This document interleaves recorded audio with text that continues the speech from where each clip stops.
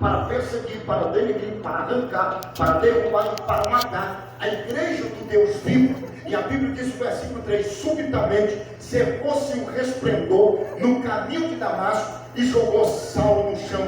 E uma voz bradou dizendo: Saulo, Saulo, por que me persegue? E ele repite no capítulo 9 de Atos dos Apóstolos: quem és tu? E Jesus apresenta dizendo: eu sou Jesus a quem você tem perseguido. Eu vou abrir um parênteses aqui nesta noite, queridão. Quando alguém levantar contra a sua vida, não levanta contra ele. Sabe por quê? Porque quando alguém levanta contra a nossa vida, não levanta contra nós, levanta contra o próprio dono da obra, Jesus Cristo de Nazaré. Mas olha que coisa linda. Em Atos capítulo 7, versículo 58, as vestes de Estevão depositadas nos pés. Era o corpo da graça de Cristo. Em Atos capítulo 9, o clarão aparece e joga Saulo no chão. E a minha Bíblia diz que ele cai cego, literalmente com 2 escamas nos olhos. Eu pergunto, vocês me respondem, vocês são inteligentes. Jesus poderia ter matado Saulo no capítulo da raça, sim ou não? Mas ele não mata. Por quê? Porque dentro de um Saulo tinha um Paulo para o santo ministério. Fale para 2 ou 3 pessoas: cuide bem de mim hoje, porque você não sabe o que eu serei no dia da manhã. Oh, aleluia! Quando estão me entendendo, pode glorificar a ele. O Senhor poderia ter matado o Saulo, mas ele não mata. Mas Deus usa o homem para abençoar o homem. O homem é porta, o homem é chave, o homem é bênção. Eu vim aqui como uma porta, como uma chave, como uma bênção, como a resposta de Deus para a sua vida, queira Satanás ou não. Olhem para minha gravata aqui, por favor. Agora, em Atos capítulo 9, versículo 15 e 16, a Bíblia diz que o Senhor vai na tenda do discípulo chamado Ananias. Qual era o nome do discípulo? Ananias. Ele vai na tenda do discípulo chamado Ananias e diz: Ananias, levanta, vai à casa de Judas, na rua chamada direita, e lá você vai perguntar pelo homem Saulo de Tarso, porque ele é para mim um vaso escolhido. Em Atos capítulo 9, vou repetir de novo. Em Atos capítulo 9, versículo 15 e 16, olha para mim aqui, por favor, por favor. Atos capítulo 9, versículo 15 e 16. Ele vai na tenda do discípulo chamado Ananias e diz para Ananias: Ananias, levanta, vai à casa de Judas, na rua chamada direita, e lá você vai perguntar pelo homem Saulo de Tarso. Ele é para mim um vaso escolhido. Versículo 17, 18, 19, 20, 21. Ananias vira para o Senhor e diz: Senhor, o Senhor errou o endereço. Eu já ouvi falar sobre este homem. Quer dizer, Ananias vai questionar o querer de Deus. Ananias está dizendo: eu conheço o passado deste homem. Sabe o que Ananias está dizendo? Senhor, Saulo não presta. Não presta para você, Ananias, mas para mim é um vaso escolhido para a minha glória. Eu descobri uma coisa: Jesus só gosta do que não presta. Sabia disso? Há 23 anos atrás, eu não estava em Touro e voltei no estado de São Paulo com o Silvio Menedel, o Paulo Emílio. Ganhei um carro, ganhei 4 motos, gastei tudo na cocaína, tomei 5 cadeias. Jesus me lavou com o sangue dele e me pôs a sentar junto com os príncipes. Então, querido, Deus não está à procura só de pessoas capacitadas, mas Ele capacita as pessoas que são chamadas. Quantos têm chamado de Deus aqui? Deixa eu ver. Capítulo 9, Ananias diz: Senhor, eu conheço o passado. Sabe o que Ananias está dizendo? O Senhor errou o endereço. Esse homem não presta. Mas o Senhor está dizendo: não presta para você, mas para mim é um vaso escolhido. Agora aprenda uma lição aqui nesta noite. Quando chega o tempo de Deus na nossa vida, até quem levanta para atrapalhar te ajuda, e o nome de Jesus é glorificado. Não, eu vou mais profundo. Quando chega o tempo de Deus na nossa vida, Deus usa até o capeta para te abençoar. Sabia disso? Aí tem um cara que já diz: não, o diabo está levando o povo para o inferno. O povo não está com medo aí do novo governo, do futuro por causa do novo governo. Quem tem medo do futuro por causa do novo governo é porque diz um futuro sem Deus. Então, o mundo, a terra, o Brasil, o mundo está na mão do Todo-Poderoso. Deixa eu te deixar você seguro aqui nesta noite. Gênesis capítulo 1, versículo 1 está escrito: no princípio criou Deus a terra e o céu? Não. No princípio criou Deus os céus e a terra. história não foi escrita primeiro na terra, foi escrito nos céus. Tem mais um versículo? Gênesis capítulo 1, versículo 27, está escrito assim, ó: sobre tudo deveis dominar. Deus nos deu o domínio. Apocalipse capítulo 4, ele disse: João, sobe para aqui, que eu te mostrarei as coisas que hão de acontecer. Eis que eu subi e vi uma porta aberta no céu, e o Todo-Poderoso assentado no trono, e o seu Filho à sua destra. Se Deus está sentado no trono, sabe o que ele indica? Sabe o que quer dizer para mim e para você? As coisas podem sair do meu, do teu alcance, mas Deus ainda tem o domínio de todas elas. Dá uma sacudida quem está do teu lado e se descansa, rapaz. Deus está no controle.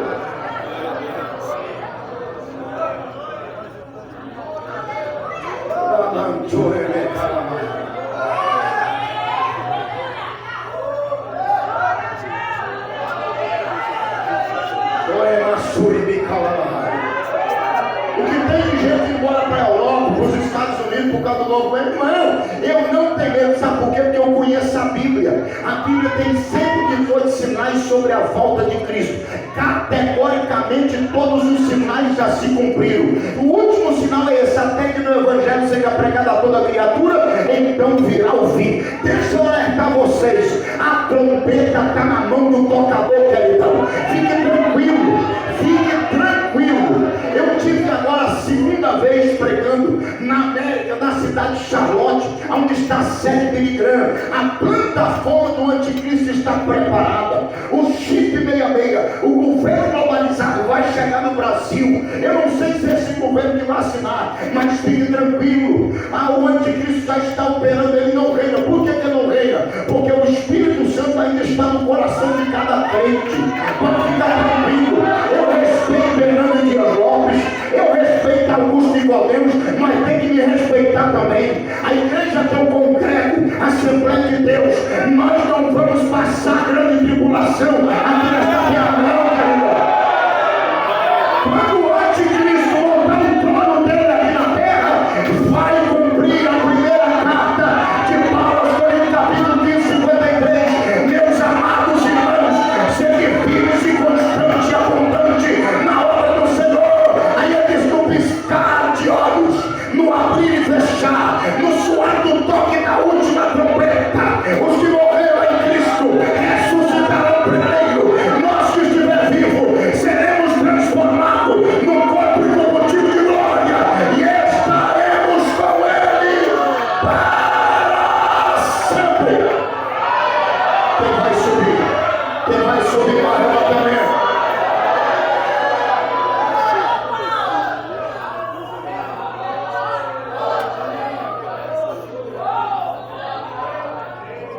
Tem gente que está com medo de Lula, irmão.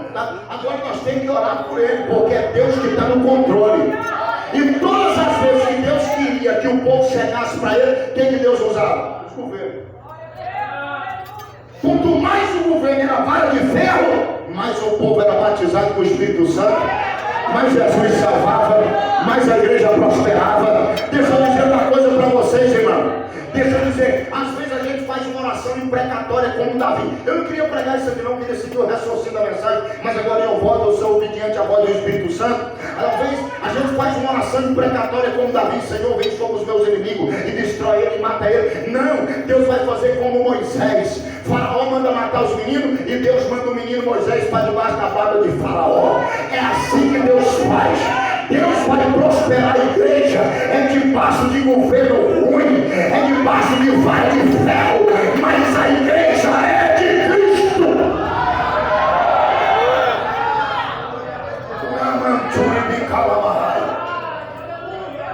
O salmista Davi falou no Salmo 121: eleva os meus olhos para os montes. Na pergunta e resposta: de onde virá o meu socorro? Ele disse: o meu socorro vem do Senhor que fez os céus e a terra. Não, eu vou compartilhar com vocês que vocês merecem, pastor Josemir. Eu vou revelar para vocês, tem gente que nunca viu isso, mas vai ver agora. Mas eu quero que você tenha humildade para falar que nunca ouviu alguém falar. Você nunca viu e nem ouviu. Amém? Você vai ter essa humildade? Então vou compartilhar com vocês um negócio que Deus me deu em Gênesis.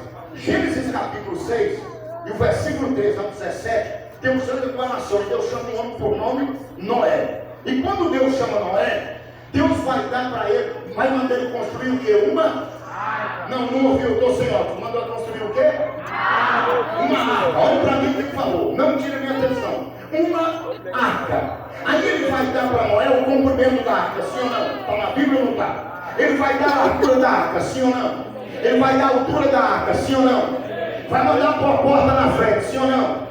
3 repartimentos da arca, sim ou não? Uma janela ao lado em cima, sim ou não? Mas a única coisa que Deus tinha que ter mandado Noé pôr na arca, Deus não mandou. Uma linguagem náutica. Cadê o timão da arca, cantor? Pastor José, cadê o leme da arca? Cadê o volante, o guidão da arca? Deus não manda. Está na Bíblia, mas ninguém vê. Sabe o que Deus está dizendo para Noé? Constrói, projeta, sonha, mas a direção é minha. Deus está na direção. Deus está no comando de todas as coisas. Quem quer ser feliz em 2023? Deixa eu ver. Joga o timão fora da tua arca. Dá uma sacudida quem está do teu lado e assim, rapaz, joga o timão fora, joga o leme fora e deixa Deus guiar a tua vida.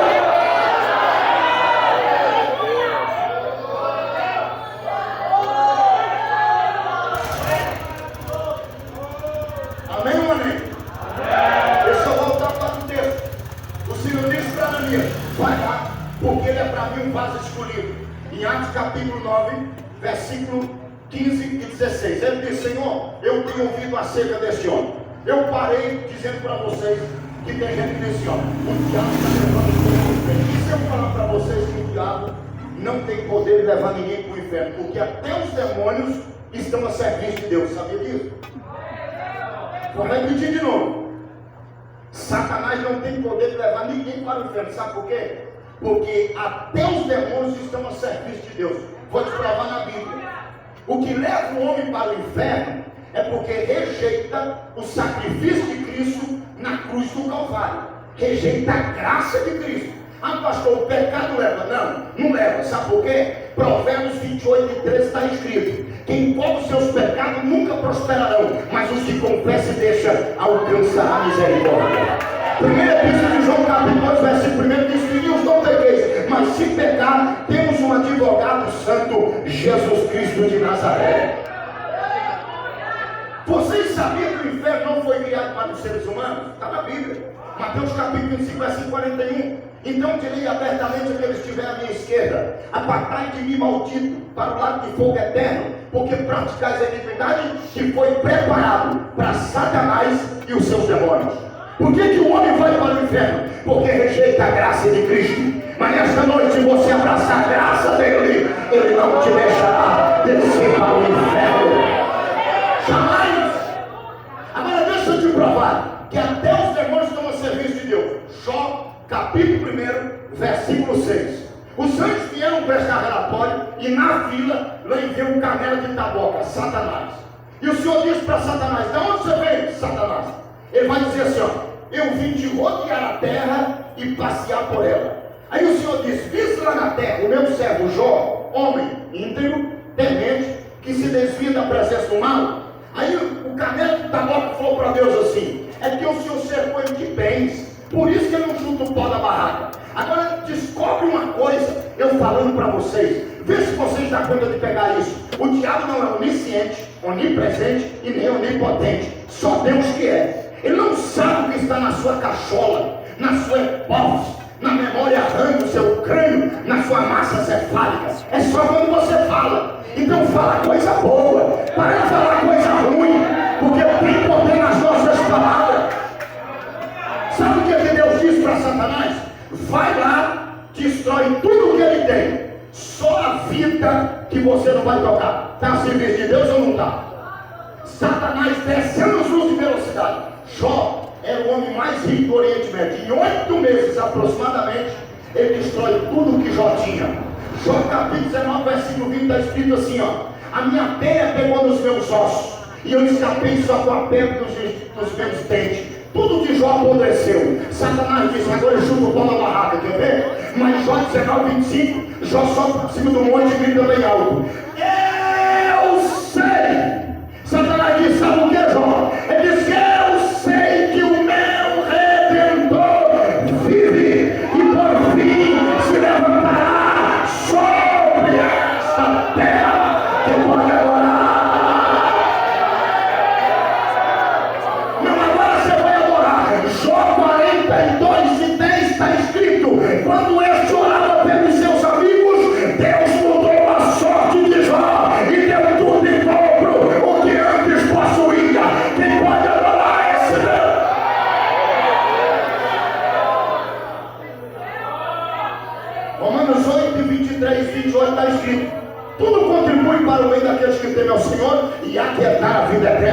Irmão, para de ficar com o bico do tamanho do microfone, porque lá no céu não tem alpicos, não entra bicudo. Se você perdeu alguma coisa, não chute o pau da barraca. Deus nunca tira nada de nós sem substituir por coisa melhor. Se você está passando por luta, por vento, dá glória a Deus, porque tudo é permissão dele. Ele está no controle das coisas.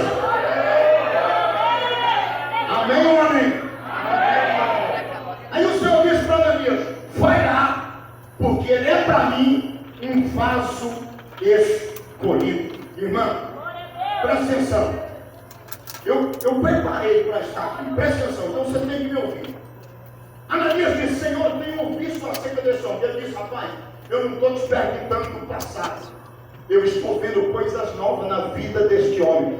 Vai lá, porque ele é para mim um vaso escolhido. Agora preste atenção. Ele não quer ir, mas ele tem que ir, porque o Senhor mandou. Aí eu fiquei assim um pouquinho assim, eu sou meio... Eu gosto de ler a Bíblia, quem vê está entre a letra e o papel. Aí eu pensei, quem foi o primeiro pastor da igreja primitiva? Foi Ananias ou foi Pedro? Foi Pedro. Por que Jesus não vai na tenda de Pedro e vai lá em Ananias? Eu fiquei pensando. Sabe por quê? Porque Pedro tem uma dificuldade, irmão. Vocês acreditam que Jesus veio cumprir o sacrifício, trouxe a graça, e a igreja de Pedro era um grupo seleto judeu, conhecido como Diáspora, dispensação judeu. Tinha só 120 membros. Para fazer parte da igreja de Pedro, tinha que circuncidar o prepúcio, como sinal, despojando o velho homem. Não bastava pela terceira vez Josué fazendo enxilcar no ciclo de pedra, onde cortava o prepúcio do homem, despojando o velho homem, velha natureza. Ele tinha que fazer isso, tinha que circuncidar. Por isso que Pedro não ganhou nenhum gentil, com exceção de Cornélio e sua família. E o anjo foi lá e mandou Pedro ir lá, porque Pedro ia. Sabe por que quando os animais em Atos capítulo 9, 10, descem, os animais descem no lençol, e o Senhor disse: mata e come, Pedro. Pedro disse: isso aí não, isso aí é imundo. Aí o Senhor disse: eu vou arrebentar a sua venta, rapaz. Para você aprender uma coisa, no capítulo 10, ele vai hospedar Pedro na casa do Simão, curtidor de couro. Quem já foi numa casa que curte couro? É só carniça, só sangue, é só trem velho fedido. Aí Deus leva Pedro lá para quê? Para quebrar a venda dele, irmão. Para mostrar para ele que o Evangelho não traz cerca, o Evangelho traz ponte, o Evangelho não divide, o Evangelho soma, o Evangelho não mata, o Evangelho dá vida, o Evangelho não derruba, mas o Evangelho levanta. Quem aceitou esse Evangelho, há uma recompensa. Agora eu descobri, sabe por quê? Porque em Atos capítulo 1, eu falei o quê? Atos capítulo 1, versículo 21, 22, 23 e 24. Judas morre. Quem era Judas? Judas era discípulo e apóstolo. Quando Judas morreu, quem era o pastor? Pedro. Pedro reúne o colégio apostólico e fala assim: ó, para substituir o lugar de Judas, tem que ter visto Jesus, tem que ter andado com Jesus, tem que ter comido com Jesus. Nenhum de nós aqui, ó, pastor José e nós aqui, nenhum prestava para ser obreiro da igreja de Pedro, porque nós não vimos Jesus, nós não andou com Jesus, nós não comemos com Jesus.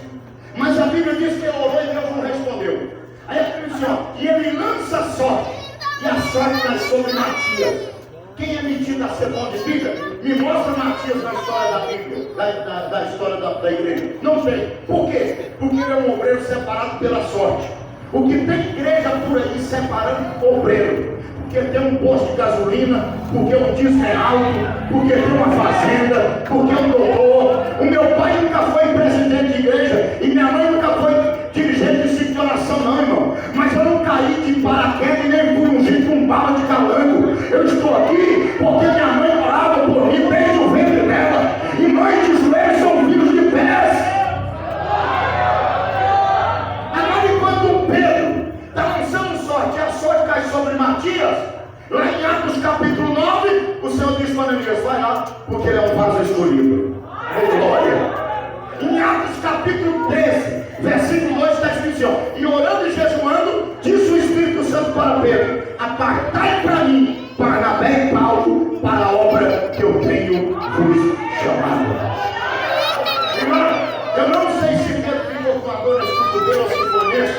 Pedro ficou com tanta ira ainda que na segunda carta de Pedro, capítulo 3, versículo 16, ele escreve assim, ó: em todas as suas cartas contém pontos difíceis de ser compreendida, o qual os leigos e os idosos distorcem da sua própria perdição. Sabe o que Pedro estava fazendo? Dando uma beliscada de Paulo. Mas quem fala o que não deve, ouve o que não quer. Fala para quem está do seu lado. Quem fala o que não deve, ouve o que não quer.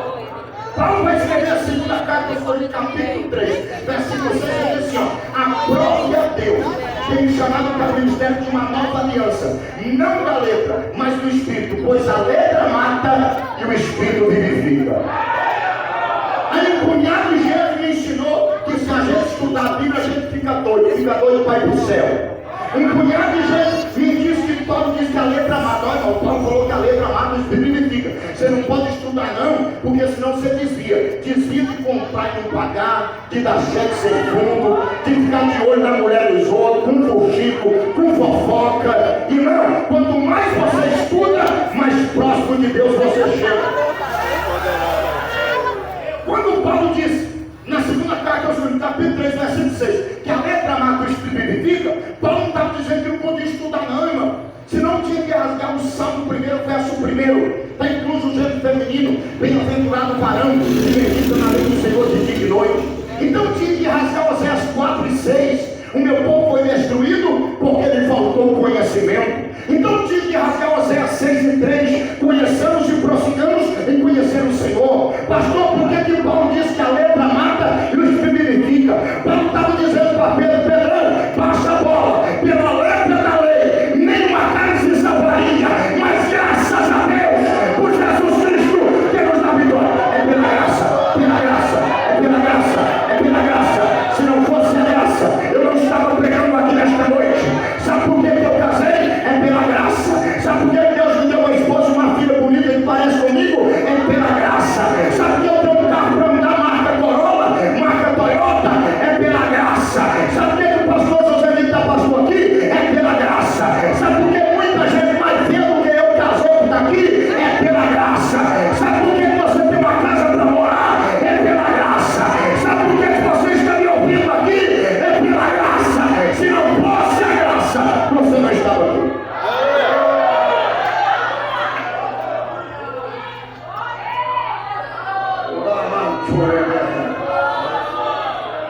Graça, favor imerecido, Cristo derramado por nós.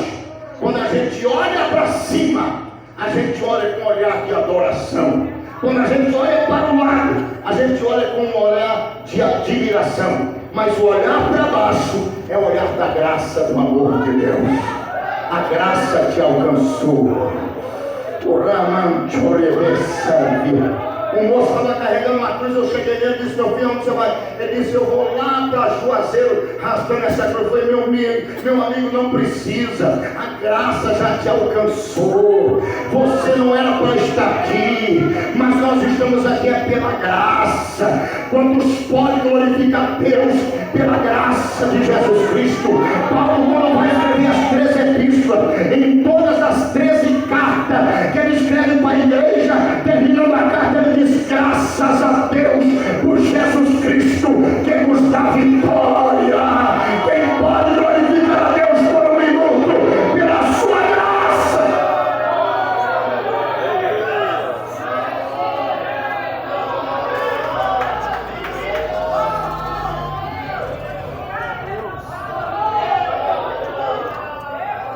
Escuta o que eu vou dizer aqui.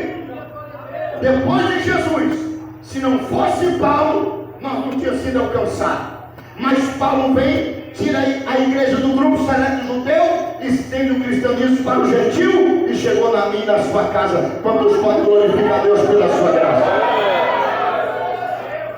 Deus trabalha com duas coisas: graça e misericórdia. Me ensinaram que graça e misericórdia é a mesma coisa, mas eu descobri que não é. Não tem nada a ver.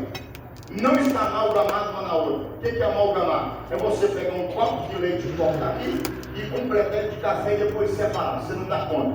Agora, a graça e a misericórdia não tem nada a ver. Por exemplo, não se merecia o inferno, sim ou não? Mas Deus teve misericórdia. Fala para quem está do seu lado aí: você só não desce por causa da misericórdia. Não merecia o céu, mas ele teve graça. Agora a misericórdia tira nós do inferno e a graça nos colocará no céu de glória. Nós vamos subir pela graça, é pela graça. Quantos podem glorificar o Senhor? Primeira carta de Paulo aos Coríntios, capítulo 15. Interessante que Paulo vai escrever para essa igreja complicada, a igreja mais atrapalhada do Novo Testamento, a igreja de Corinto.